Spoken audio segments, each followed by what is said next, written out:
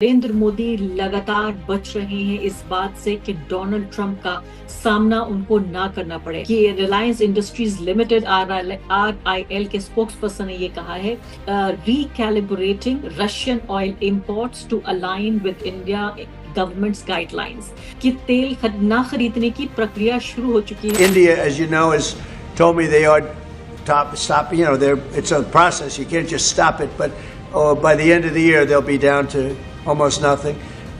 That's a big thing. That was almost 40% of the oil. ASEAN summit, जिसका भारत एक बहुत बड़ा नेता है इस पूरे समूह का, क्यों आखिर नरेंद्र मोदी नहीं जा रहे आसियान? ऑलमोस्ट मुझे ऐसा लग रहा है कि मोदी जी को एक डिप्लोमेटिक हिजाब पहनाया जा रहा है, एक पर्दे में रखा जा रहा है ताकि वो ट्रंप के सामने ना कभी आए।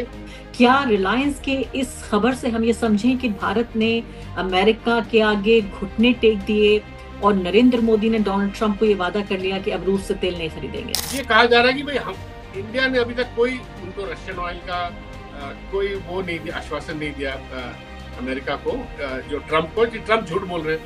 मगर अगर ट्रंप झूठ बोल रहे हैं तो आज रिलायंस ने, जैसे आपने कहा, स्टेटमेंट दे दिया। रिलायंस तो सबसे ज्यादा रशियन ऑयल का आयात कर रहा था, जो सस्ते जो दाम में हमें मिल रहे थे यूक्रेन वॉर के बाद। अगर ये पब्लिक नहीं करना चाहते मोदी जी, क्योंकि इनके विश्व गुरु वाली छवि को झटका लगेगा। नमस्कार, द वायर में आपका स्वागत है। मैं हूं आरफा खानम शेरवानी। अगर आज का आप अखबार उठा लीजिए, मैं कहूंगी टेलीविजन चैनल अगर आप ऑन कीजिए तो आपको दो महत्वपूर्ण खबरें मिलेंगी। एक खबर तो ये होगी कि योगी आदित्यनाथ कितना बड़ा बदलाव लाने की कोशिश कर रहे हैं उत्तर प्रदेश में, कि उन्होंने हलाल प्रोडक्ट्स को बैन कर दिया है, यानी पूरी तरीके से राम राज्य उत्तर प्रदेश में आ गया है। दूसरी बड़ी खबर वो ये है कि नरेंद्र मोदी अब बिहार में रैलियां करना शुरू कर रहे हैं। तो नरेंद्र मोदी की एक खबर आपको बताई जाएगी, लेकिन दो महत्वपूर्ण खबरें जो कोई नहीं बताएगा, द वायर आपको बताएगा। उसमें यह है कि नरेंद्र मोदी लगातार बच रहे हैं इस बात से कि डोनाल्ड ट्रंप का सामना उनको ना करना पड़े। अमेरिका के राष्ट्रपति डोनाल्ड ट्रंप का सामना वो नहीं करना चाहते। अब तक 50 से ज्यादा बार ये कह चुके हैं डोनाल्ड ट्रंप कि उन्होंने पाकिस्तान और भारत के बीच संधि कराई, सीज फायर कराई, और उनके कहने पर यह संधि हुई, ना कि भारत ने अपने को विड्रॉ किया या भारत का अपना जो जंग का एक उद्देश्य था वो पूरा हो गया। पहलगाम का बदला ले लिया सिंदूर ऑपरेशन के बाद, और भारत ने अपनी मर्जी से नहीं, लेकिन किसी और के पास उनका रिमोट कंट्रोल था भारत का, इसलिए वो बार बार ये कहने की कोशिश कर रहे हैं। कांग्रेस पार्टी कह रही है कि 56 बार ऐसा कह चुके हैं मई के महीने से लेकर अब तक। तो जाहिर है अपने आप में बेहद शर्मिंदगी की बात है, ये बड़ा ही एम्बेरसमेंट जिसे हम कहते हैं उस तरह की बात है। इसको मैं अगर जिल्लत भी कहूं तो भी कम नहीं होगा। आप सबसे पहले देखिए कि यूनाइटेड नेशंस, 80 साल यूनाइटेड नेशंस के पूरे हो रहे थे न्यूयॉर्क में, वहां नरेंद्र मोदी नहीं गए।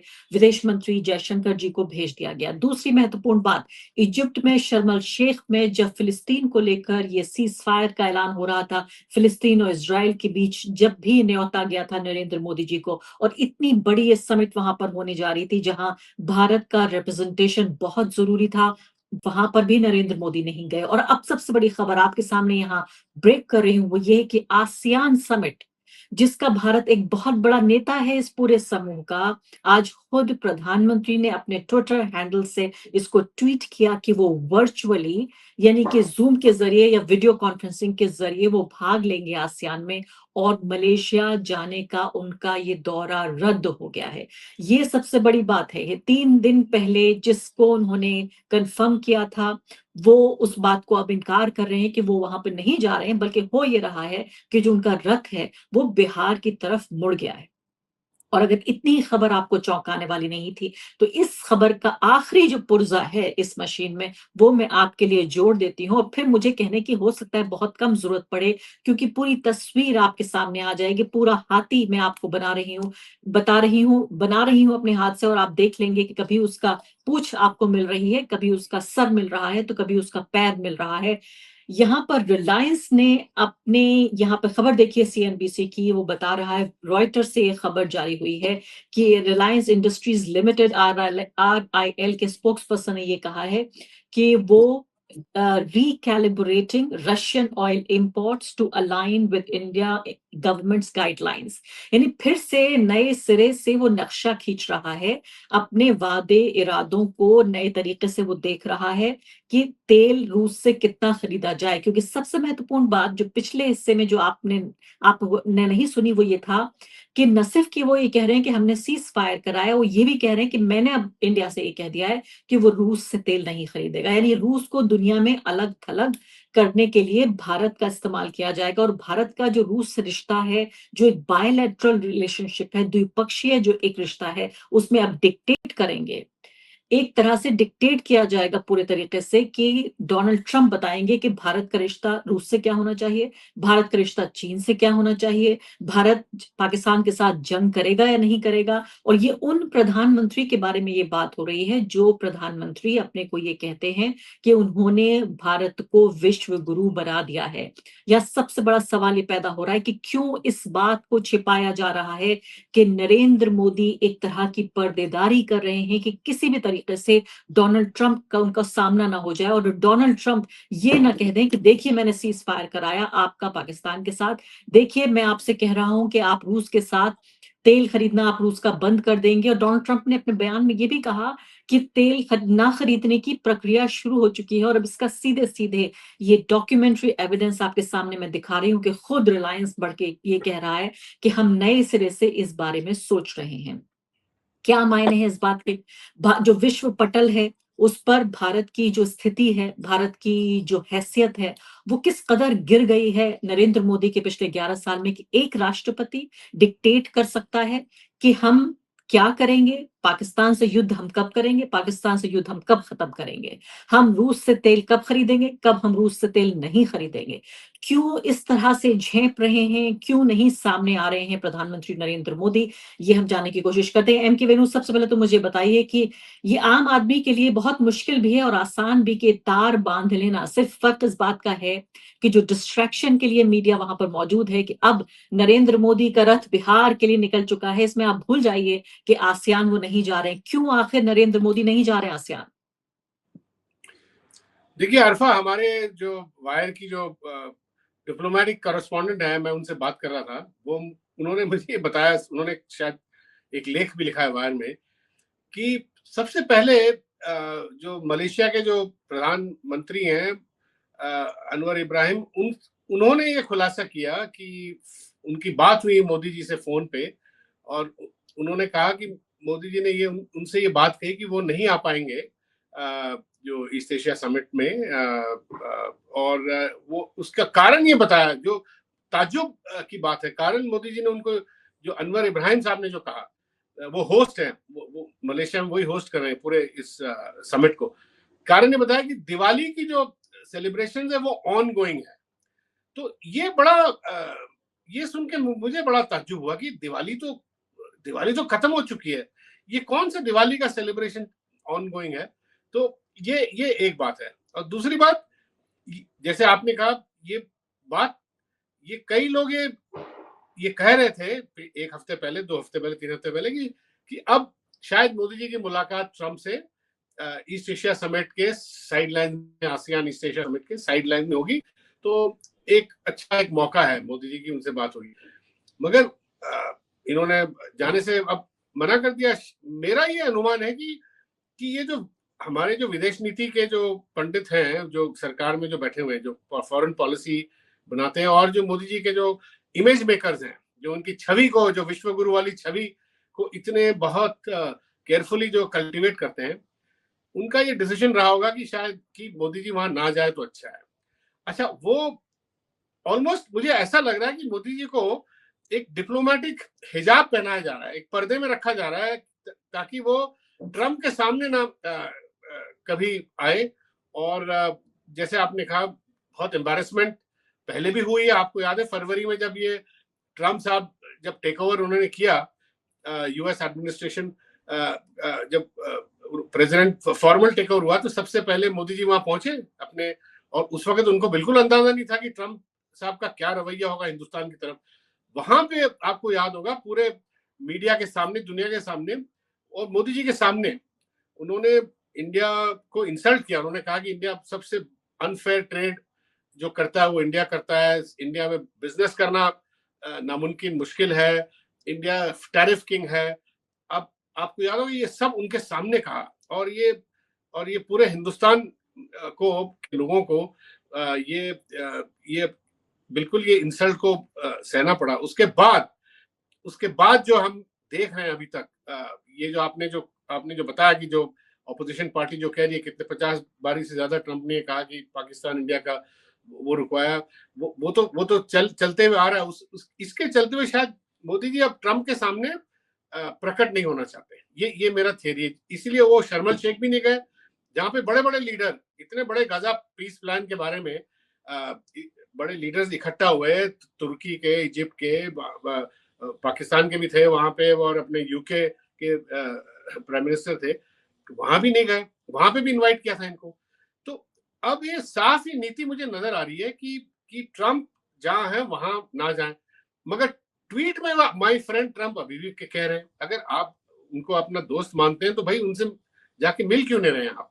तो ये बहुत ही अजीब सा एक कूटनीति का एक किस्सा है हमारे हिंदुस्तान में। हमने कभी ऐसा कभी देखा नहीं। लेकिन वेणु, हाँ, आप कह रहे हैं कि पहले आपने कभी इस तरह की कोई घटना नहीं देखी। मुझे बड़ा दिलचस्प लगा कि आप कह रहे हैं कि डिप्लोमेटिक हिजाब, ये डिप्लोमेटिक पर्दा एक तरह से ओढ़ रखा है।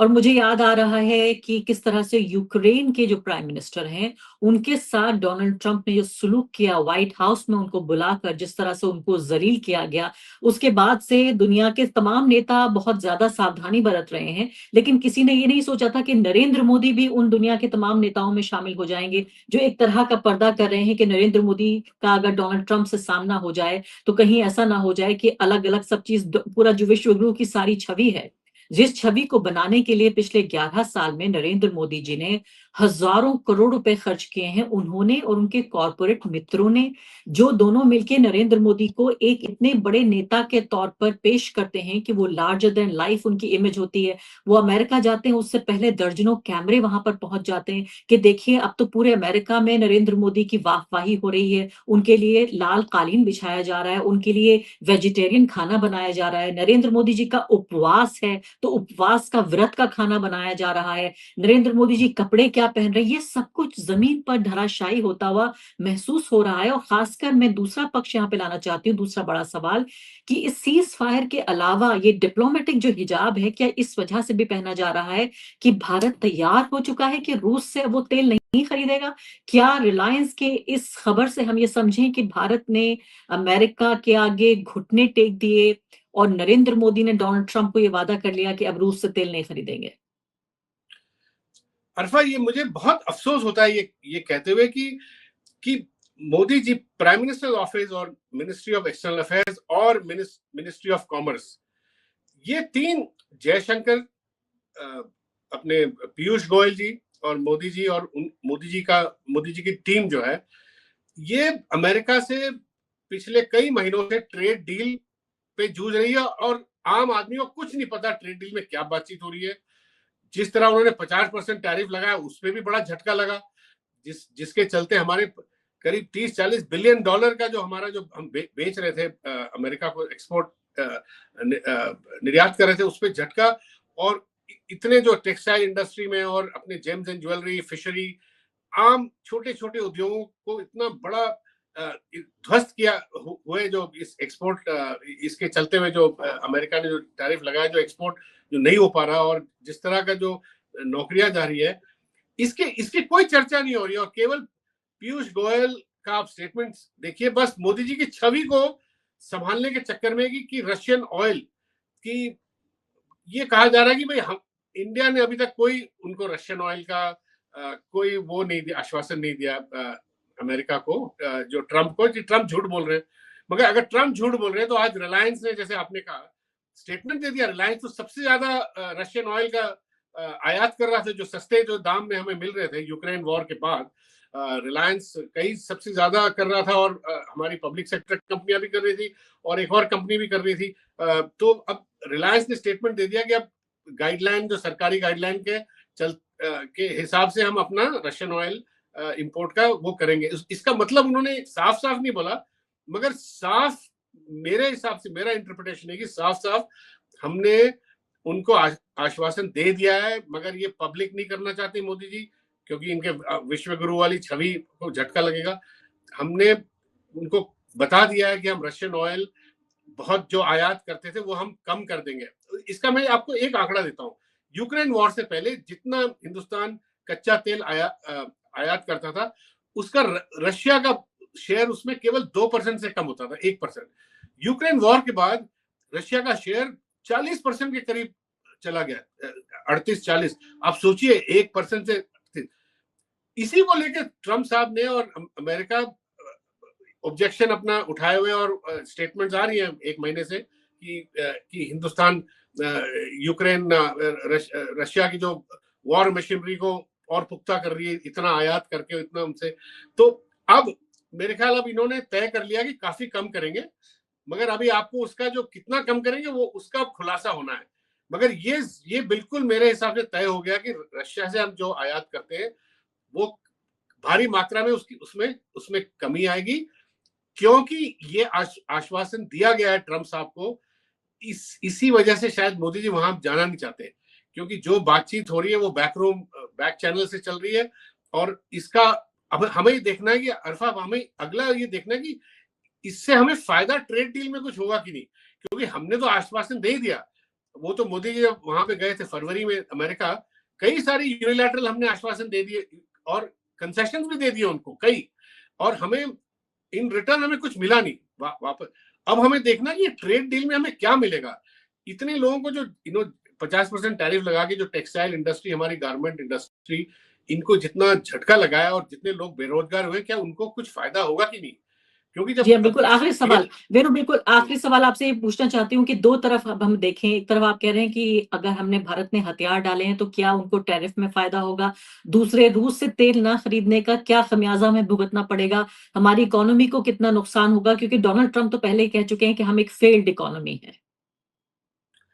ये अरफा, मैं ये कहूंगा कि जो अभी भी रशियन जो कच्चा तेल है उसमें हमें ये विशेषज्ञ बोलते हैं कि $4 से $5 का फायदा है, हमें कम डिस्काउंट में अभी भी हमें मिल रहा है।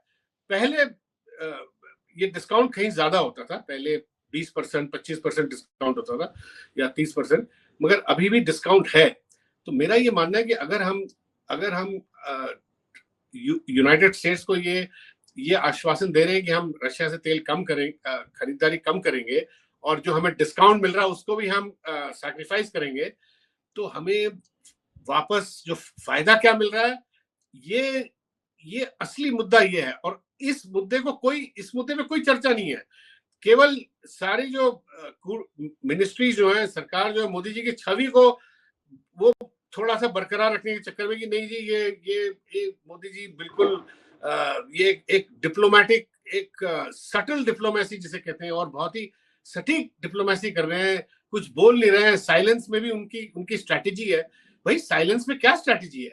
मैं अभी किसी से बात करता हूँ, वो कह रहे थे कि साइलेंस भी, अगर आप चुप्पी साधे रहे, साइलेंस भी 2 तरह की होती है। एक कवर्डली साइलेंस होता है और एक प्रोडक्टिव साइलेंस होता है। तो मुझे तो लग रहा है कि ये अभी जो हम देख रहे हैं ये कवर्डली साइलेंस है, ये बुज़दिली का प्रतीक है। ये कोई बहुत मेरे दिमाग में भी प्लान नहीं है इसके पीछे नहीं है। मेरे दिमाग में सिर्फ यही शब्द आया था, कायर और बुज़दिल में यही। हालांकि कितनी हैरानी की बात है, एक ऐसा व्यक्ति जिसको लौह पुरुष कहा गया, जो 1000 साल में पहली बार होता है और इतना बहादुरी के तौर पे दिखाया जाता है उनको, और एक ऐसा व्यक्ति जो अमेरिकन राष्ट्रपति से नहीं मिलता। इसके अलावा और क्या शब्द कहे जा सकते हैं। बहुत बहुत शुक्रिया आपका MK वेणु, इस बातचीत के लिए, इन खबरों को हम तक देने के लिए, क्योंकि जिस तरह से मुख्य धारा का तमाम जो ये गोदी मीडिया है, ये तो इन खबरों को जितना ज्यादा दबा सके, उस चुप्पी को जितना ज्यादा ग्लोरीफाई कर सके, वो अपनी कोशिश पूरी करेगा। शुक्रिया। द वायर के और वीडियोस देखने के लिए सब्सक्राइब करें और बेल आइकन पर क्लिक करें।